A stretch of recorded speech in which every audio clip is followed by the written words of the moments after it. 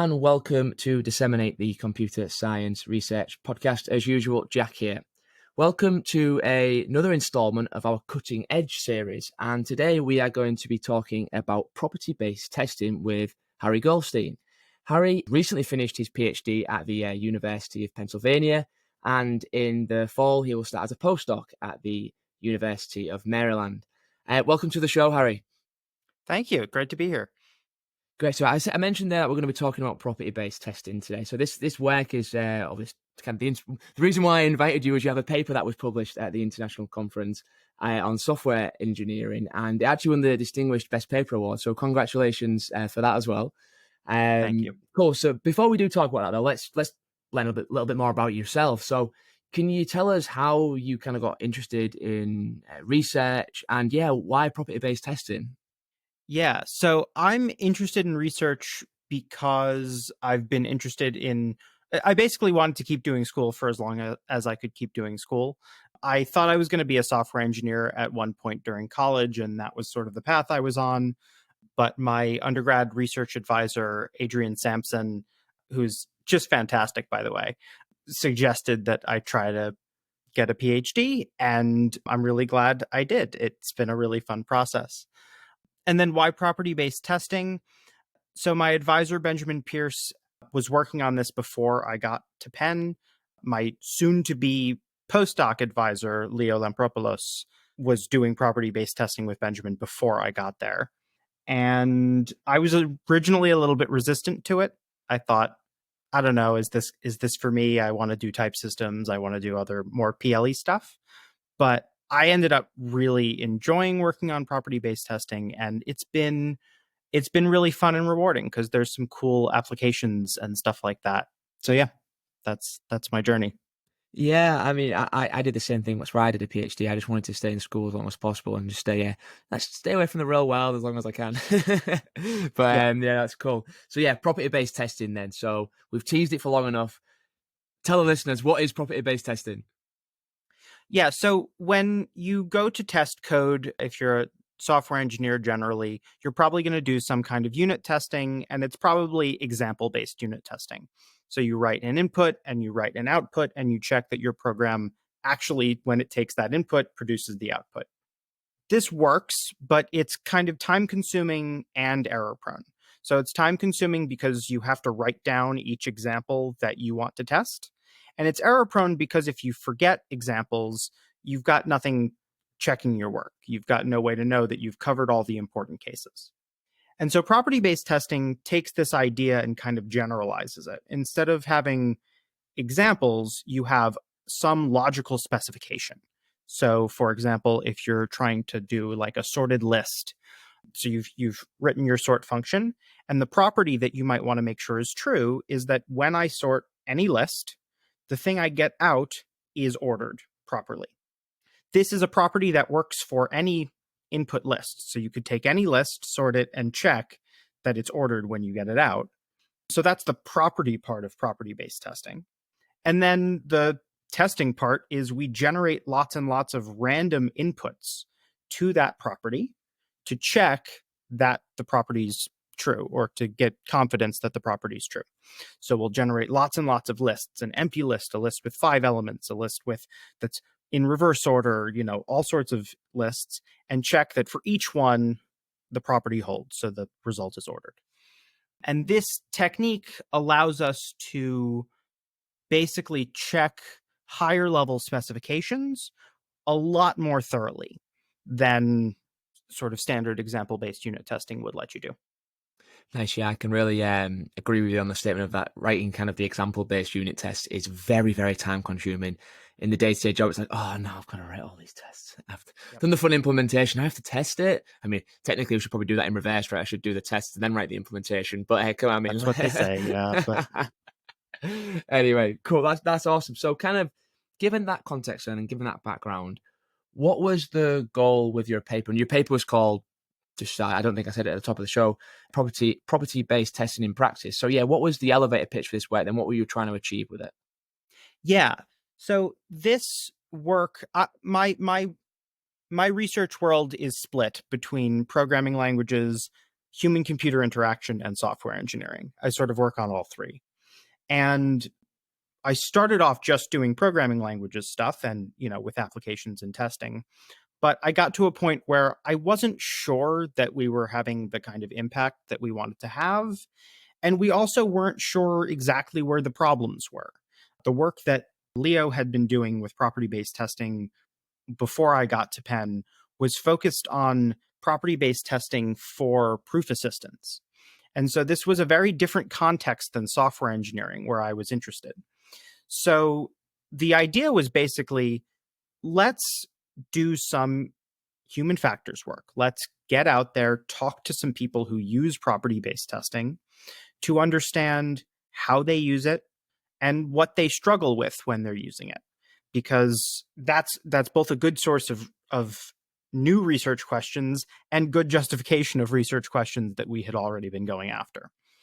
So that's the elevator pitch is that really we went out and talked to users of property-based testing and understood how they use it and what they need from it.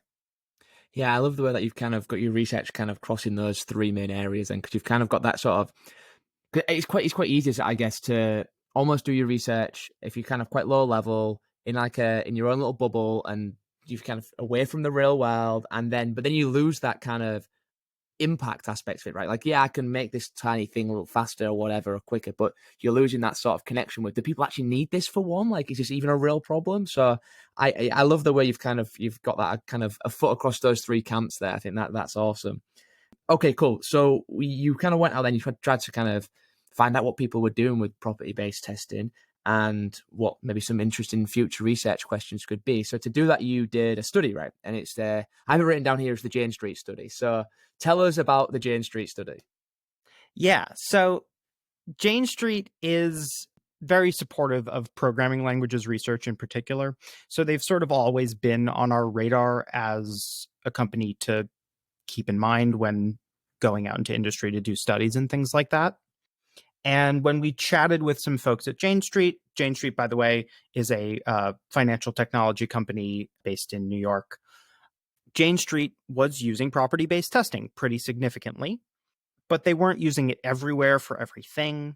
And so we thought this was a good opportunity to talk to folks who were pretty, expert or at least experienced users of this tool, but not folks who thought that this was like the end all be all and the only thing that they wanted to use. And so we thought we could get a kind of balanced perspective from them. Plus, it was a population that we had relatively easy access to. So that was how we chose Jane Street in the first place. And then the actual research methods we used are a kind of thematic analysis, qualitative interview style of research. So we got on Zoom with a developer, spoke with them for about an hour, asked them a bunch of questions, kind of went through a script, but let them guide our discussion. And then we took those transcripts and did a process which is kind of annoyingly called coding, which isn't programming. It's a different thing. It's where you kind of go through and you pull out passages and you attach codes to them, which kind of map to themes that you think are kind of important in the research. Okay, is that at home? Is that a manual process as well, or is the tooling to help you with the coding? Yeah, so I use a tool called Delve. Shout out to Delve. It's basically like it takes the transcript and lets you select on a sort of sentence by sentence basis, and then it lets you manage your codes on the side and assign them. But like it is a manual process in the sense that like you have the tools to help, but you're the one that has to go through every sentence that the user said, that the participant said, and like assign themes or codes if there's something interesting. It is a very time consuming and labor intensive process. Yeah, that's what I was going to say. But that took a while, because how many people were in this? How many engineers did you interview as part of this process? So we interviewed, it was 31 people, 30 interviews. One interview had 2 people. Okay. And an hour each. So that was, 30-ish hours of content. Yeah, that's That's a long time. That's a few few late nights and long weekends, I think, of getting through that, right? Yes, absolutely. um, But I think it's worth it. I think, first of all, the things we learned, I think, are worth the trouble. But also, I think good qualitative research. This is the thing. Like, people think that quantitative research, where you can say that something's statistically significant, is like that's what real research is. But I think when you put the time and energy into good qualitative research, you can learn such rich information about how people do their jobs and about human aspects of the work you're doing. So yes, it is time consuming, but as a result, you get some really cool data out of it. Yeah, you kind of, I guess, pulling on this thread a little bit more of this sort of approach and this way of doing research. You have a section in your paper that you call it threats to validity. So maybe we can talk about some of those and sort of the pros and cons of sort of, I guess, the cons now of doing this type of approach, of this type of study. Sorry. Yeah. So right. The I've talked about the pros. Let's talk about some cons. First of all, cons of the methodology. So Mm. there's two big things that can happen that are a shame in this situation. So the first is quantitative research is important for some things. For example, you get to say, you know, if we did our recruiting and sampling correctly, then this generalizes, right? This, with probability, vanishingly small probability, this thing is true with a capital T. You can't quite say that with these kinds of methods. We have made observations which we think are certainly robust with respect to Jane Street and probably robust with respect to people like the folks that we talked to at Jane Street. But there's no good measurement to know exactly how far this goes. It takes a little bit of extrapolation and intuition to decide, do you really think this is going to go farther? And that's okay. I think, like, doing this well is still does tell you things that can be generalizable, but you just have to be a little bit careful about kind of how true you believe these things to be. And then another threat to validity is just when you're doing an interview study like we did and not observing people working, they can unintentionally lie to you about how they think about things. I'm not calling any of our participants liars, by the way. I'm just saying that, like, when you ask someone, what were you thinking when how what were you thinking about when you wrote this test? They may not remember and they may guess at what they were thinking. So that's another kind of unfortunate threat. Yeah, like retrofit a narrative. Oh yeah, I was thinking this, thinking that. Really, I was thinking about lunch probably. Yes, Um, exactly. cool. So let's get on to some results then. So let's start off with the kind of key findings from the study then. Yeah. So we split our results into really two categories. We have observations, which are mostly meant to contextualize current and future research and just kind of clarify how PBT is being used. And then we had research opportunities, which were about either projects that we plan on embarking on or that we think others should, or like very concrete, like, here's a thing that we can do based on what we learned. I think going through all of the opportunities and all of the observations is probably not worth doing, but when I give talks on this, I isolate a few. So I'll talk about a few now, and then if you want to go back and ask about a few Mhm. more, we can do that. Is that good? Sure thing. Yeah, that sounds great. Okay. So one really interesting one like important baseline observation is, like, were people getting benefit out of this? And the answer is, like, absolutely yes. The folks we talked to were overall pretty happy with property-based testing as a tool. We even we tried to find people who weren't. We asked our contact at Jane Street, who's a co-author on the paper, Daniel Dickstein. He's great. We asked, can you find us folks who don't like property-based testing that we can talk to as well? And we found a couple, and they mostly said, yeah, this is a situational tool. This is a tool that I don't use everywhere. And that's fine by me. Like, that doesn't sound like that's not disliking it in my mind. I think all software tools are situational in one It's way or part of a another. toolkit, right? Like it's not kind of if you've got a hammer and everything, it's a nail, right? But if you want a kind of a nice variety of tools there for it, it's like a different. What's the word I'm looking for? Anyway, sorry, continue. The phrase has gone from Yeah, my head. I was yeah. going to say, Uh, yeah. yes, you just so basically people really liked PBT, but we got some good nuance into kind of how they were using it.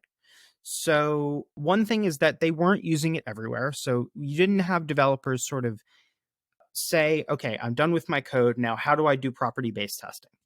Instead, what they said was, oh, I've got this thing that I want to make sure is true. And property based testing is a good way to help me figure that out. So, for example, sometimes developers had function and an optimized version of that function. And they wanted to make sure that the optimized version still did the same thing as before. So you can use the tools that property based testing provides to write a property that says the outputs of this are equal to the outputs of that. And you can test that your optimization didn't change anything. This is sometimes called differential testing or model based testing.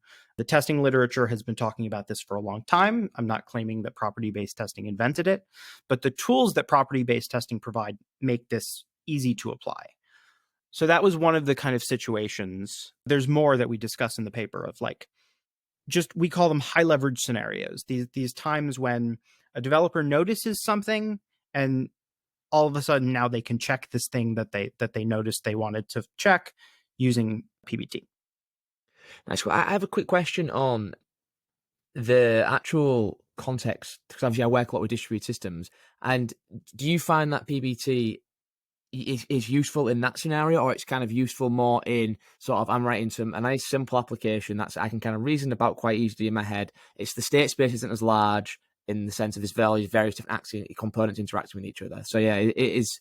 What were what were the contexts they were using it in at Jane Street? Was it for that kind of simpler cases in a way? It's a great question. So there's a quote from the study which I really like where one of our participants says that property based testing is good when you have a clean abstraction with a complicated implementation. And I think that this happens in all kinds of systems, right? In a distributed system, yes, you've got a lot of state, you've got a lot of communication, you've got a lot of complexity. But on a single node, you've got some core logic. And that core logic is probably pretty easy to understand what it's supposed to do, but complicated to actually implement. And so this is the space where I think PBT is really the most exciting, is when you sort of drill down to the core of an application and you've got some code that lots of things are depending on, but they're depending on a pretty constrained API that you can say things about. This is both an upside and a downside because on one hand, it means that you have tools to test these kind of nicely abstracted cores of applications. On the other hand, people don't always put in the effort to nicely abstract those cores of their applications. So I see this, I see it as good incentive to have nice abstractions, but some folks don't think it's enough incentive. Right, cool. The other thing that I kind of, so this is from kind of my own experience of playing around with PBT is the writing of specifications is sometimes I find it really hard to express it in a way sometimes of kind of like what I want, and that process of actually writing a specification is in itself like time consuming and hard, right? So kind of what were your findings around that sort of area as well?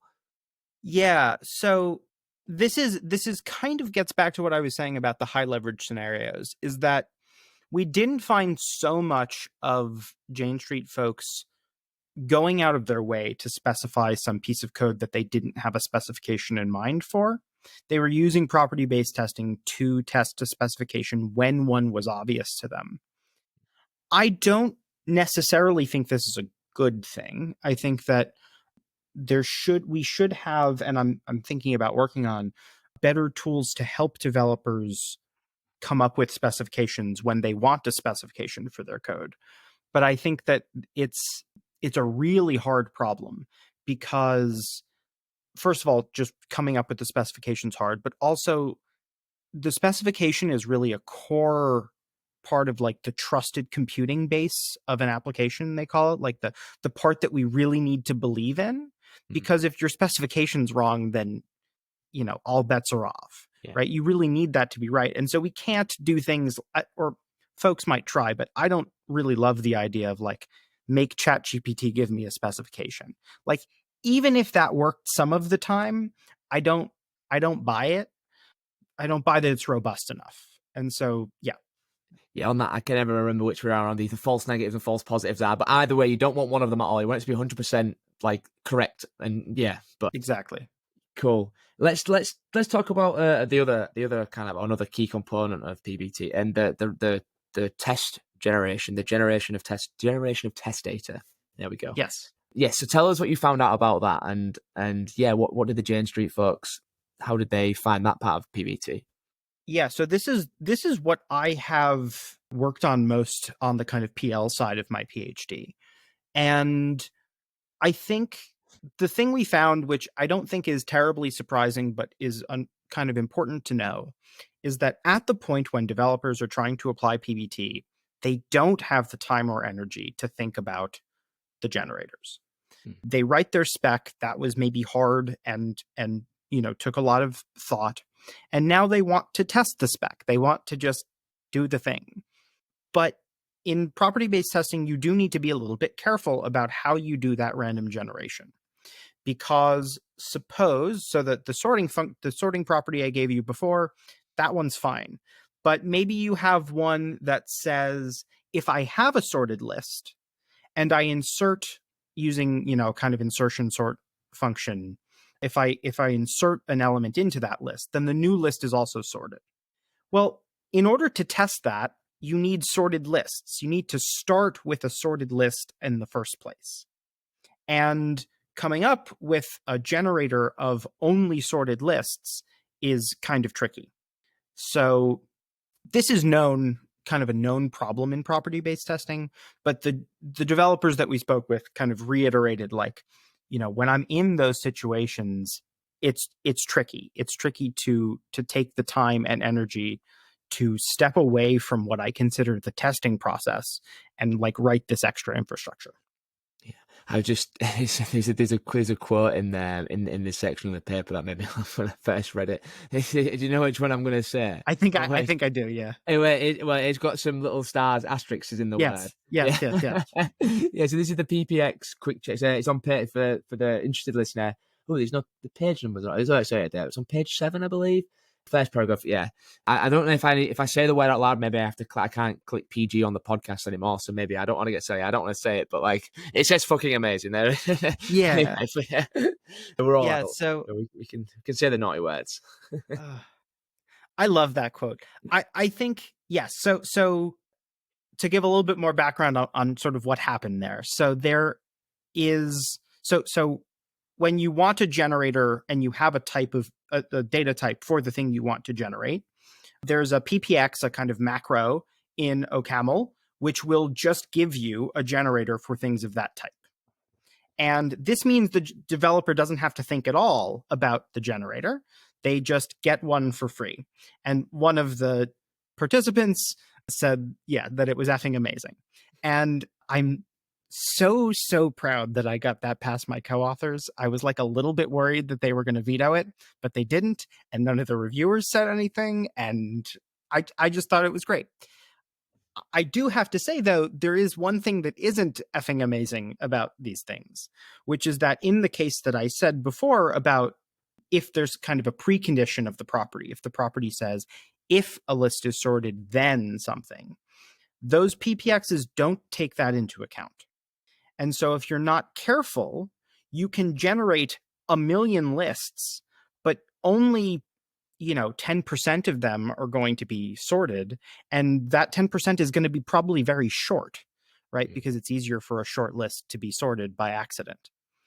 So one thing we highlighted in the paper is that developers were often overconfident about the quality of the testing they were getting from the generators that came out of these PPXs.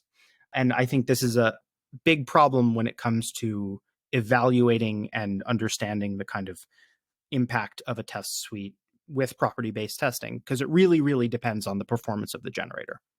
Yeah, kind of. We were kind of joking about ChatGPT being not the best use for specifications. How about the test data side of things? Is it more applications there, maybe, or that type of sort of machine learning approach could maybe be more useful in there? Yeah, this is a great question. So there's been work by a bunch of folks, including Caroline Lemieux, and I forget who else is working on that right now. But there's a group that has worked on this before, where they're trying to get LLMs to generate inputs directly. My understanding of that work is that it's expensive to get the LLM to give you inputs, and it's also the LLM is trying to give you things that are predictable, like that's how LLMs work. And so there's a risk that it will give you inputs that are too predictable, whereas you really want something random. You want the edge cases, right? You want to test the full space. If it's going to give you the kind of the middle every time, then yeah, I want the edges of the Yes, bell curve, right? As well. exactly. So yeah, Exactly. yeah, I am interested in exploring and have been thinking about using the LLM to produce the generator, because if we could validate that the generator it produced was good, then there's a little bit more flexibility there. But that's really a program synthesis problem and has all of the complexities of a program synthesis problem. So it's a thing that I think certainly could be a thing down the line, but not yet. cool, nice. Whilst we're kind of running through the sort of results areas, there's two last bits: understanding failure and understanding success in your paper. So Yes. let's start off with the failure, the failure case, and debugging. So tell us what the James Street engineers thought about that sort of when things go wrong with your PBT. How the hell do I debug what's gone wrong? Yes. So there's a process that PBT that within PBT called shrinking. They'll also call it test case reduction. This idea that, well, okay, I'm doing all this work to generate these crazy random inputs that are going to cause my test to fail. What if those crazy random inputs are really big? Debugging with that is really hard. And so what you do is you write or obtain through some other ways a shrinker, which can take the big input and get you to a much smaller one that still fails the property. This process is difficult for some kinds of inputs, especially if you have complex preconditions, but it's really, really worthwhile. It's worth doing. And the developers that we spoke with at Jane Street were impressed upon us that in some cases this was really important, because they wouldn't be able to understand what had gone wrong if they got, a megabyte worth of input that they didn't know what to do with. Yeah, cool. I guess this maybe is there's a an area for future research and sort of making these shrinkers better, right, as well, maybe, and kind of handling kind of larger and larger amounts of data. Maybe I'm not massively up to speed on the shrinkers. They sound really cool though. I mean, it's a cool name or something, but yeah, Yeah. yeah. Yes, there's absolutely room for, so the downside that the developers were talking about was that often in PBT frameworks you have to write these by hand, Hmm. or if you want one that can be robust with a precondition, you have to write it by hand. I have some work that appeared at ICFP in 2023 that tries to improve the process of shrinking by there's work basically that uses generators to do shrinking. And so there's some work by Dave McIver that I built on in an ICFP paper. And so there's work on that, but I think the story around automated shrinking is probably not done. Yeah, I mean, there's a great, it's the obvious paper title in there as well. Honey, I Shrunk the Something, right? I mean, someone's Oh, probably already done it, right? I mean, but it's someone's got to do it if they haven't already. But yeah, I don't think I've seen one. I have to check on that, because you're right. If no one's done that, someone has to do that. yeah, cool. Right. So yeah, the next thing, understanding success. Then, so often, a lot of the time, even though we've had success, does that mean the thing's correct? And yeah, what did the Jane Street engineers think about this? Yeah. So you get 100 inputs run, test passed in your terminal, and you're really excited for a second. But what you should do is think, like, what does that mean? And what we found was that the Jane Street developers admitted that, a good chunk of them admitted that like they don't always take that extra second to think about what that test passing means. And like I was saying before, the quality of your input generator really decides, how confident you should be after your property passes.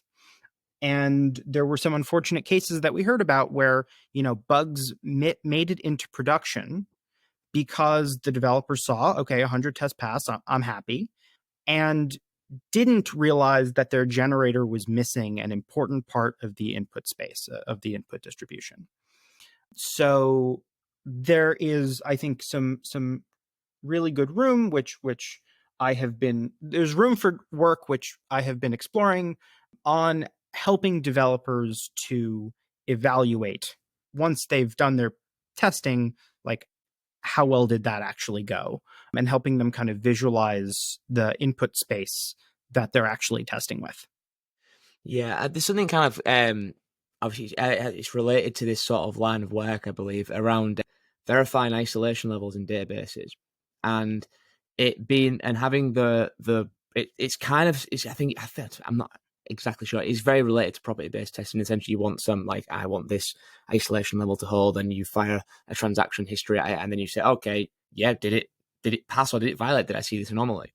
And the problem there is that it's really hard to say that it's the system will always kind of hold, in that it'll always hold, because a different set of transactions you might see the anomaly. All you can say is kind of it's hard to prove a negative, right? So like I guess I don't know whether that specific problem is more general across property based testing as well. Like sometimes it's really hard to like, okay, yeah, I've tested on 100 inputs, but that 101 one it might fail. Yes. Yes. And this is a problem.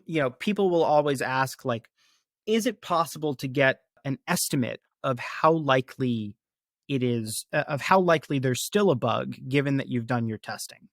And Marcel Baume has a really cool paper about using coverage to do some of those estimates, but coverage is also a kind of incomplete measure of how well testing does. The fundamental problem is that without knowing the distribution of bugs that you might have written, there's no way to really know for sure how likely it is that there's bugs after you've done your testing. Yeah. And if you knew the distribution of bugs, you should just go fix them, because apparently you know where they are. Yeah.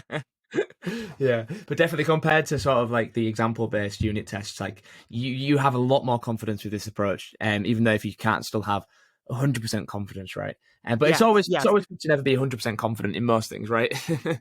that's correct. That's Yeah. correct. And if you see like, oh, I ran 1,000 inputs through this program and they look good, they look like a diverse set of inputs, they look like they're hitting different corner and edge cases, you can have some confidence, right? It's not doing nothing for you. Awesome. Let's get on to future research directions then. So yeah, from the study, what are the sort of kind of key directions for future research you think they are out there for PBT? Yeah, so I think the stuff that we were talking about with generators is probably the biggest and hardest one, is like continuing to make it so that developers have access to automatically produced high quality data generators. This is the thing I've been working on for the last 5 years, and the thing I will continue working on probably for the next 5 years. But I think it's worth doing because once you have that, there's kind of no reason not to do property based testing, at least sometimes. I think there's good future work in helping developers to find properties and to understand, be able to kind of pattern match and see like, oh, I'm in a situation where property based testing would be great, where property based testing could really tell me if my application is doing what I think it's doing. So that's like both education and tooling to kind of help with these sorts of things. And then I think the big third point is evaluation, is working on. So I had a demo at WIST in 2023, an HCI conference, of a tool that helps developers to evaluate what happened during testing. And I've continued working on that. And I think there's also a big opportunity in kind of understanding metrics for how developers should be measuring testing effectiveness. There are lots of cool ways that people try to estimate like how good a suite of tests is, and I think some of those just haven't been applied to PBT yet, and there are also probably new ones that work better for PBT than in other situations that folks could come up with. Nice. Yeah, on the tooling question, really quick. So it kind of feels to me, I don't know if this is true because I've not got a kind of a view of everything, but certain languages and ecosystems have this sort of stuff as more of a first class citizen in terms of that it's easier to sort of get it in your as part of your workflow. I'm thinking kind of some of the more functional programming languages like Haskell or Camel, and I think Rust is where I think there's a few nice cool libraries. But how is it the same for that sort of thing like Java? Because that's what I use day to day for my sins. But yeah, how do you feel like could there be more work there on some of the sort of and other programming languages to sort of make in those ecosystems to make it kind of easier for software engineers to reach for? Yes. As part of my work on the stuff I demoed at WIST, I went through the PBT frameworks in like lots of major programming languages to understand sort of what they provide in terms of tooling and that kind of thing. By the way, almost every major programming language does have a framework for property-based testing. I can't guarantee they're great, but like JUnit Quick Check, I think, is the one you'd want to use in Java if you were interested.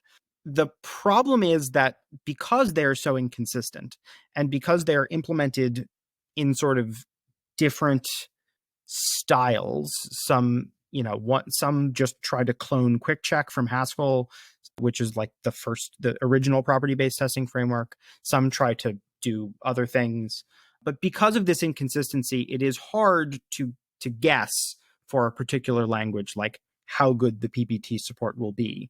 And I got around this in the demo I had at WIST by trying to come up with something that was generic, trying to come up with a thing that each framework can implement a hook for once, and then we can use this user interface in other, just across all of them. Because I think we should, as PBT researchers and developers, start to try to pull this space together a little bit and present a little bit more of a unified front. Because I think the easier it is for developers to transfer those skills between languages, the better chance people continue to feel like they have this as a tool they can reach for. Yeah, for sure. That sort of like standardization, I guess, in some way, is definitely helps. Kind of, I don't know. I mean, you can look at even from query language or everything. Having a standardized or a kind of a go-to way of doing things just helps adoption massively, right? And once you've got that in your toolkit, wherever you go, you can use it, and that's only going to kind of the benefits are going to compound over time even more, for sure. So yeah, that'd be really nice to see. Cool. So yeah, the next sort of talking point I have is about impacts, and obviously PBT has had a lot of impact. But what impact do you think your work can have? Obviously, this paper and the previous work you've done in this area and going forward as well can have on, or would you like it to have on sort of software engineers' day-to-day sort of lives? Yeah, so I think there's kind of two places that I really want impact from this.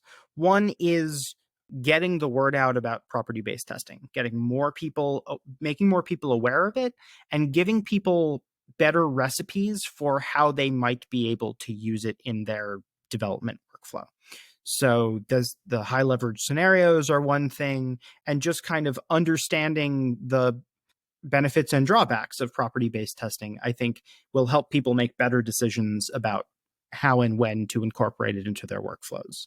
And then I also want, and I hope this has impact on the research of property-based testing. I hope this provides good motivation to folks for some problems that are worth pursuing, some ideas about like how property-based testing is being used that may run counter to the way that current research in property-based testing is thinking about it being used, and sort of getting those things better aligned so that the research we're doing has a better chance of having impact kind of down the line.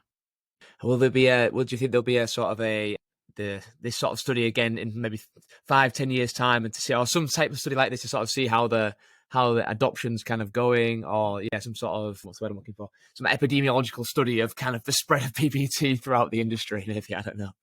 I mean, if it was a big enough thing that it was worth an epidemiological study, I'd love that. That would be great. I do think more qualitative work in this space would be good. I would love to study a company that is adopting property-based testing actively, because we got established PBT users at Jane Street, and like understanding the growing pains as it's being adopted is another thing I think would be really worth doing. But yeah, I'd like to see more studies like this. I'd like to see more studies like this in programming languages broadly. I think the programming languages community, they're doing great work, but I think that there's opportunity for folks to find new fun problems from real users if there were more studies like this that were bringing those user experiences into the programming languages community. Yeah, I agree with that point completely. I mean, even sort of when I was kind of doing my PhD and I was in databases, I found the papers that were kind of when and asked actual end users questions were so great, because then you see what the pain point people have, so you can go and solve those, and you can kind of have that nice thing. I'm actually solving someone's actual problem. Cool. Let's talk about surprises now, Harry. So whilst working on PBT, what has been the sort of the most surprising thing you've sort of maybe on this project, or kind of on PBT as a whole? And what's been the most surprising thing? It's a good question. I think I'm surprised that it's still a niche thing. Is that too self-promotional? I don't know. By the way, just to be totally clear, property-based testing was absolutely not my idea, right? This is a thing I'm studying and working on, but original library for it was by John Hughes and Kuhn Klassen in 2001. But I think that like it does feel to me when I write code that like there are these times when I'm just like, oh, this is the thing I need. This is how I make sure that this program is doing what I think it should be doing. And I think that I'm surprised by the pushback, both when it comes to like people not adopting it broadly, but also pushback on how important correctness is. It sometimes feels like you're telling people to eat their vegetables, but like it's really important that software that we write is correct sometimes. Like it's impacting people's daily lives and their finances and all this stuff, and correctness is really key, and there are so many good tools out there for helping people make sure their software is correct that just like don't get used because they're like a little frustrating. And I was surprised by that and continue to be surprised and a little disappointed by that. But Yeah, there's room for growth, I think. yeah, it's funny. It's funny you should say, because I was at just kind of off on a tangent here, but I was at an air show the other weekend, and I was looking inside what plane it was. It was like a Stratofortress or something, this giant big bomber thing, and we're in the undercarriage, and there's all these electrical wires and everything. Obviously, you have the computer system on those things as well. And thinking, like, how do they have the confidence that this is? Because this thing carried nukes, probably. Like, how do they have the confidence that this is going to be like? I don't know. I agree. I think correctness is so important, especially when you think it's like plays such an important role in every. You'd hate it if your airplane started coming out of the sky, right? Because someone had not tested something properly. So, Yeah. yeah, +1 for me on the correctness. Yeah, I think we should think about it more. But anyway, yes. So yeah, origin story. So this specific paper, how did it come around then? So was it sort of like what was the original idea? Who are they? Okay, let's do this study. Who was the kind of the creator of it, I guess? Yeah, so it really started in I think the third year of my PhD, and Professor Andrew Head had just come to Penn. He had just started, and he was one of the two first HCI professors, Denai Metaxa being the other one. And when Andrew got here, this was at a point where I was a little bit lost in my PhD. I was like, I had done a little work on random data generation, but I wasn't sure where it was going, and I wasn't sure if it was having impact. And my advisor Benjamin said, go talk to Andrew and ask him if HCI people have ways of measuring impact in the way that you want to have impact. And Andrew had a whole bunch of ideas. And so I took his class. We wrote a little paper during class called Some Problems with Properties, which we published at Hatra in 22. And then we were off to the races with this study. We had some conversations with Ron Minsky at Jane Street, and it just made sense. So I would say the idea was kind of Andrew, Benjamin, and me kind of in a bunch of meetings thinking about how to measure impact, and this seemed like the study to run. Nice. It's a good segue, that, Harry, into my next question. And this is always my favorite question. And it's about the creative process and generating ideas and then selecting which ones are actually worthwhile working on. So how do you approach that? Do you have a systematic way of doing it? Or is it, let's just get in an office and just chat and see what comes up? That's such a good question. So I don't think I have a very rigid process. I think I do have like a document of ideas, which just kind of seems to always grow and never shrink, and I never get to any of them. But I think the ideas that I really end up pursuing are ones that I feel like I can get my collaborators excited about. I think collaboration is critical in the research process. I would not know how to do research alone. And a lot, I think, of how I guide what I think is worth working on is like, can I get people excited about it? And is it, does it seem possible, obviously. So, I'll play around with an idea for a while, see if it works. And if it seems like it's starting to work, I'll bring it to someone and say like, hey, I did this thing. What do you think? And if they say, then maybe I abandon that, right? Maybe I don't keep going. But if my collaborators seem excited, then full steam ahead. So I think that's the process that has gotten me through my PhD. Although I think this is still a thing I'm very much building. I think that the creative process is probably the hardest part of research, and I don't think it ever becomes very easy. Yeah, I think it's an always evolving process for sure. But that's a nice answer to that question. Cool. We've arrived at the time for the last word now, Harry. So what's the one takeaway you want the listener to get from this podcast episode today? Try property-based testing. Pick it up. Yeah, there we go. Whatever language you are working in probably has a library for property-based testing. Get familiar with it so that if the time comes when it seems like, oh, property-based testing would be useful for this, you have a really great way to get assurance for your software. Fantastic stuff. Well, thank you very much, Harry. It's been a lovely chat today. I'm sure the listener will have thoroughly enjoyed it as well. We'll put links to everything you've mentioned across the course of the podcast in the show notes as well. And where can we find you on socials? Are you on Twitter, LinkedIn? Oh, Mastodon? I'm still technically on Twitter at hgoldstein95.